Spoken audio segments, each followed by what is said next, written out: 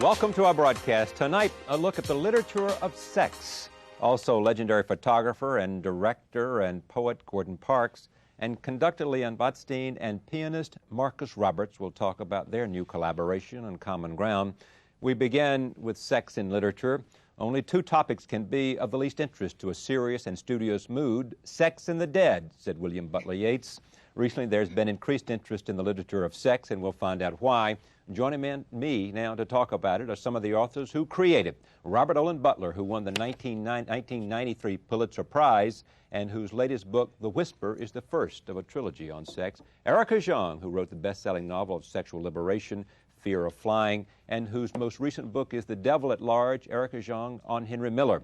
And Nicholson Baker, author of the sensational bestseller Vox, which dealt with phone sex. His latest is The Fermata. Welcome. It's great to have you here. Here is the idea, and I just want to sort of give it to you, and then you run with it. The idea is, you know, what writers are writing about with respect to sex, and what they're having their characters do, and what they're having their characters say. What is it saying to us about sex? You know, what's the literature of sex communicating about sex, and how has it changed over the last few years since the so-called sexual revolution? And what new things can we say about sex and characters, because women working outside of the home bring new dimensions to the power relationship between men and women? So all of those things I want to have you talk about. Nick, I'll begin with Erica. Well, What's first changed? of all, Go ahead. let's just say we live in a puritanical society, and we live in a society in which today the censorship problem is worse than it's been in ages. It's true that in 1962 we were allowed to read Tropic of Cancer. Worse than it was for Henry Miller? It's come back to kind of Anthony Comstock levels.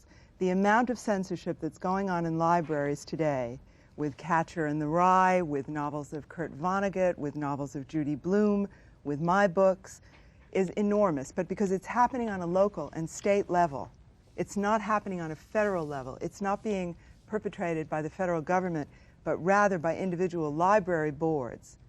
People are not aware of the extent to which censorship has burgeoned in the last 10 years, thanks to people like the Reverend Donald Wildman, thanks to a new conservatism in the country, a fear that books create sexual misbehavior. Yeah. So we're in a period of extreme censorship, but happening on the local level. If you want to go back and look at this whole thing historically, you have to say that really we had a kind of 19th century pall over the literature of sexuality for many, many years, far into this century. In 1962, the Supreme Court liberated Tropic of Cancer by Henry Miller. And then by 68, you had John Updike's Couples. By 69, you had Philip Roth's Portnoy's Complaint. By 73, you had Fear of Flying, which I wrote. There was a brief moment, I would say 15 years or so, in which one could really write anything about sexuality. And then, with the Reagan-Bush administrations, with the evangelical right becoming stronger and stronger on the local level, you began to have local censorship. And it is throughout our country. Ask somebody like Judy Blume, who writes children's books. I mean, writers are being censored in great, great numbers today. So there's a paradox. All right, I'll really throw that open as our first subject and move on to the other things. You agree with that? I mean, you sense that? You see that? You think it, does it?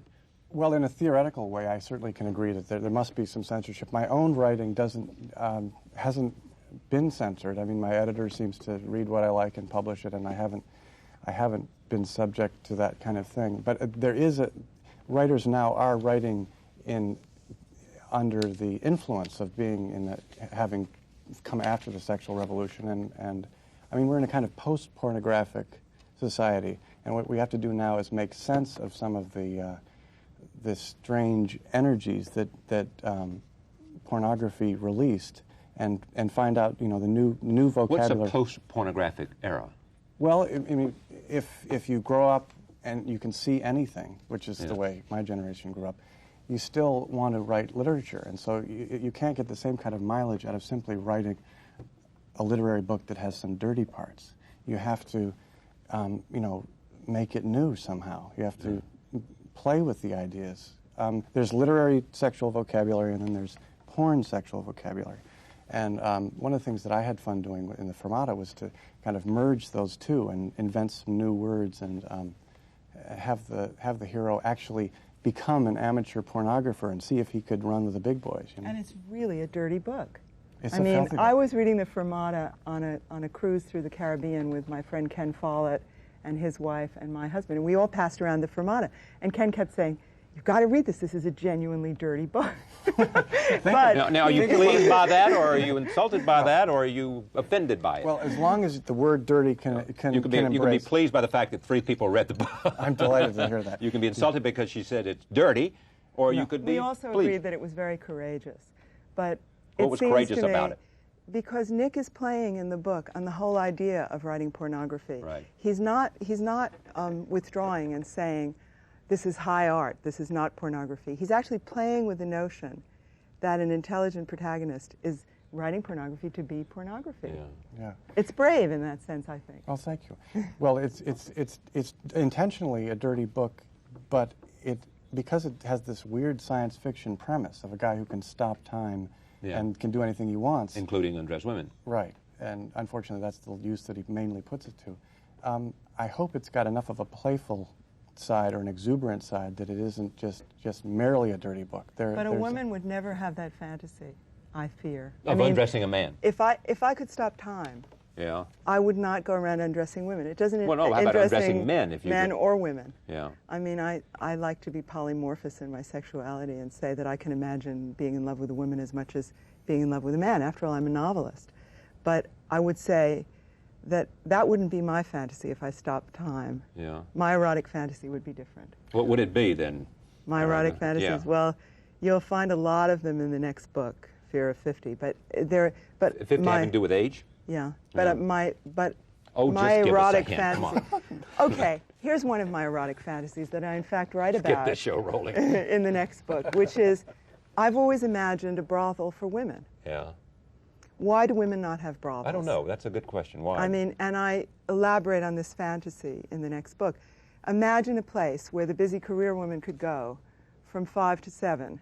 No snitching to husbands, no snitching to significant others. All the studs are AIDS tested. There are women for women who are bisexual or who enjoy women. It's beautiful. It's serene. The food is great. It's not like Plato's Retreat where they serve bologna. Yeah. They have Scandal. beluga caviar, and Right. it's heaven. What's the? I want to come to Robert here. What's the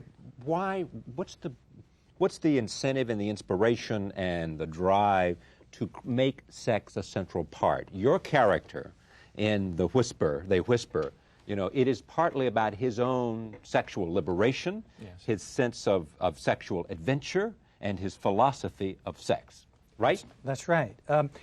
They Whisper takes to dovetail back into your first question, too. I think the male impulse to love a lot of women and to love even more women than one at once has been universally castigated and dismissed as objectifying. And in many men it is true that impulse is to objectify women and to submit them to a sense of power and possession. But for Ira Holloway, and I think for many, many men, sex and that impulse to continue to love women is really driven by a much deeper impulse. For Ira Holloway, sex is a kind of secular sacrament. You know, the church has a notion of sacraments, which are physical somethings that resonate into the cosmic realm. Well, for Ira, a woman's body is exactly that. It is absolutely unique and individual to her. And it is a sacramentally charged metaphor for that deeper self, which is what he's interested in. And in fact, Ira lapses into women's voices in the book as a reflection of his intimacy with them. And I think that's what drove this book, to understand that impulse in men. And by the way, I keep saying in men... And to differentiate it with the impulse in women? No, but as I was about to say, as a matter of fact, now that They Whisper's been out there long enough to be read, I'm starting to get a number of letters from women saying that they love the book, they love Ira, but they identified with him. And I think I think that the society has been much more efficient at suppressing that impulse in women.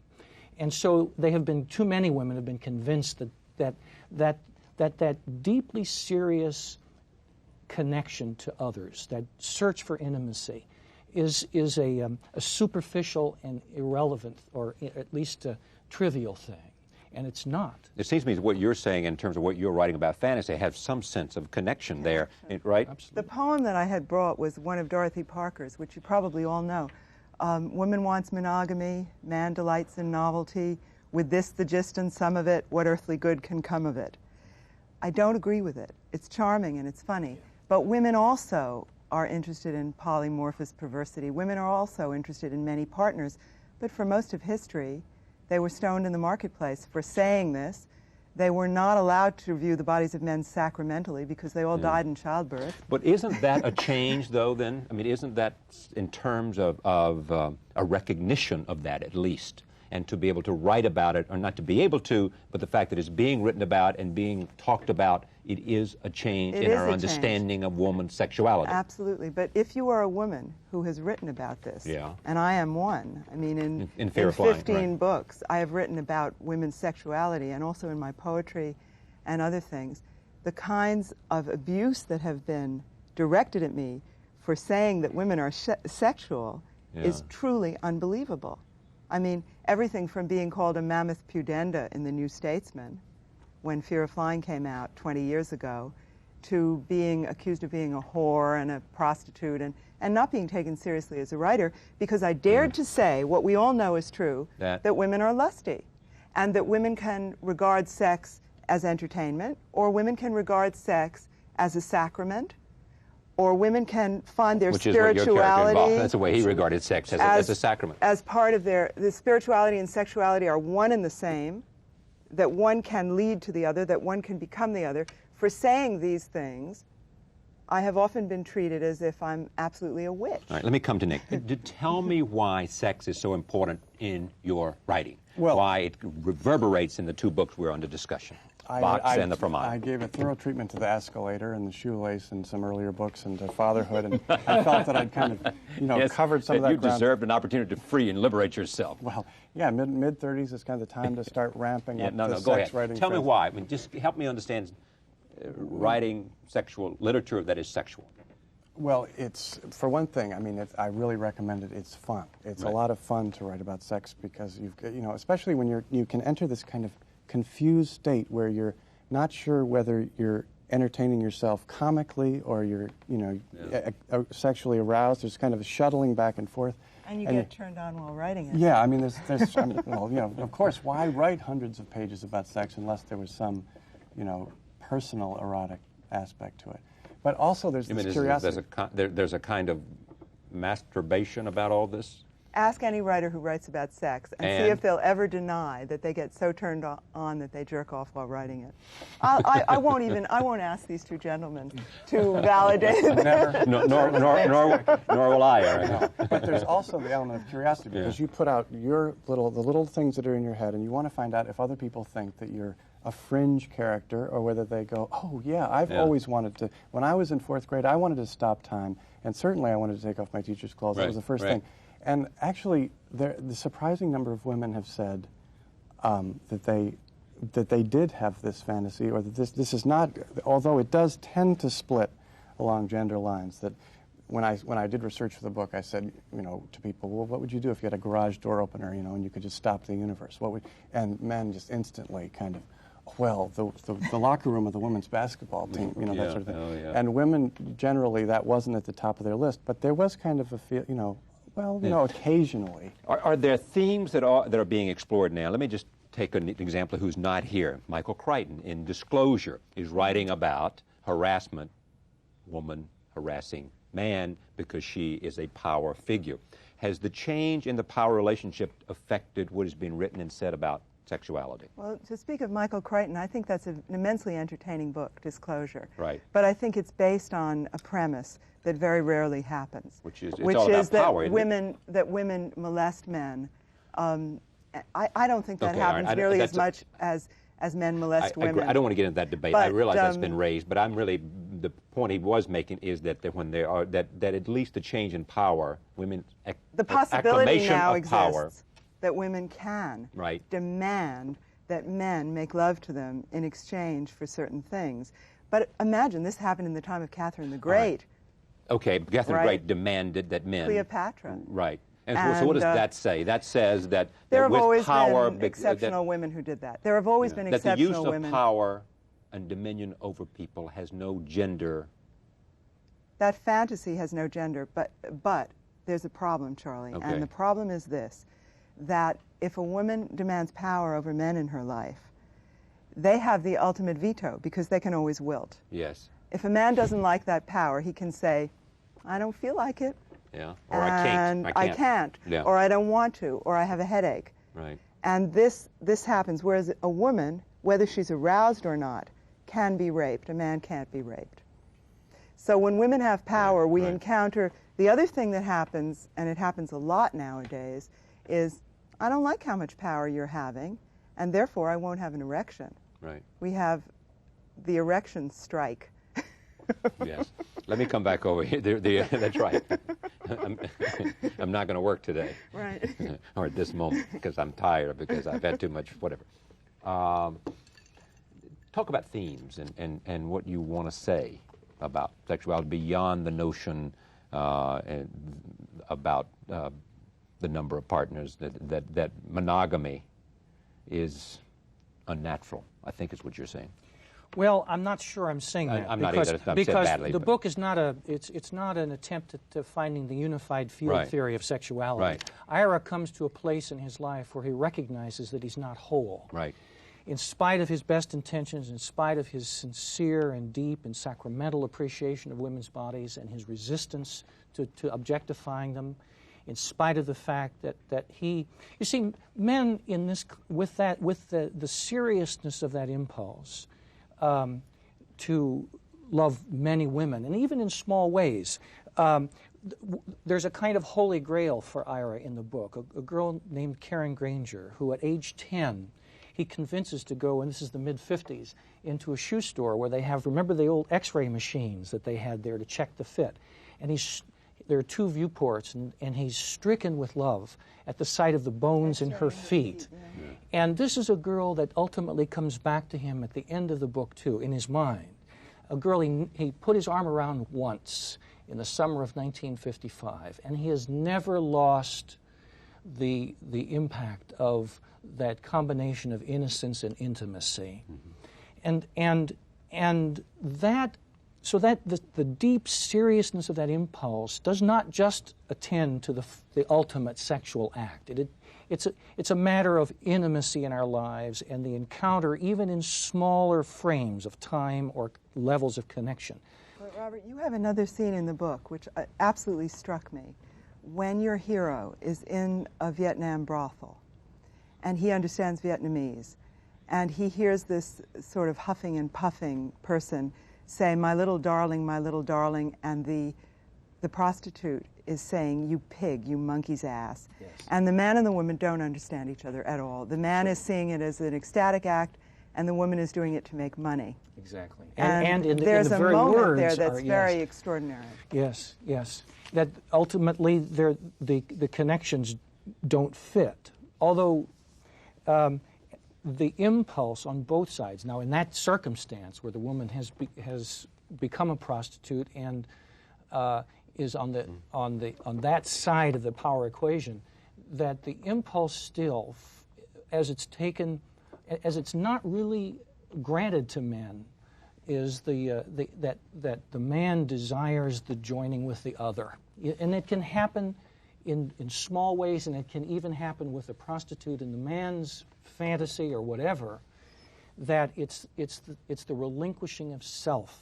It's the becoming a woman, and that's. But women also find relinquishing of self in sexuality. Absolutely, at its best. And it's the mutual relinquishment that makes that work. Let me come to two things as writers.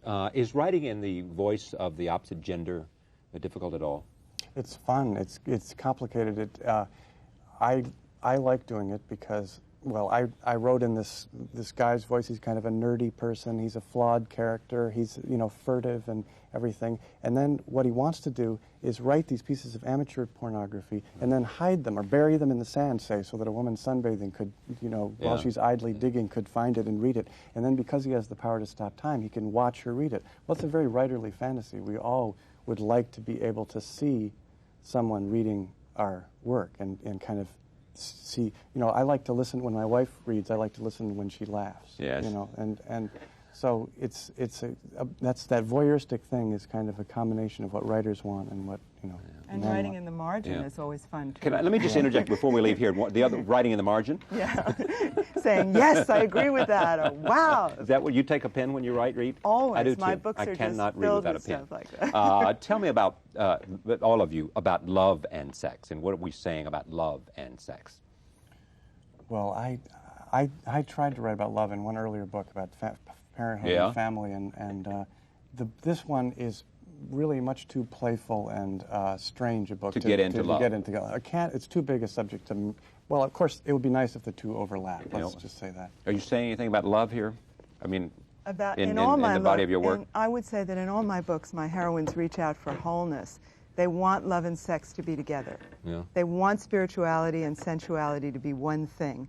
And what they discover generally is that they can't always be. Sometimes one has just pure pan sex. That is, you have the most wonderful sex with somebody that you really should not spend your life with, or even a month with, or even live with for 2 days. But should you spend your life with, I mean, we're now talking like psychologists here, and I want to move with it, but should you spend your life with anybody you don't have great sex with? No, you shouldn't. I think you can. There are all different kinds of love. You can have cuddling love. You can have pan love. You can have cooking love. That's when stuff you spray in the pan. No, that's when you find somebody who is like a mythical satyr. Yeah. And all you want to do is have sex.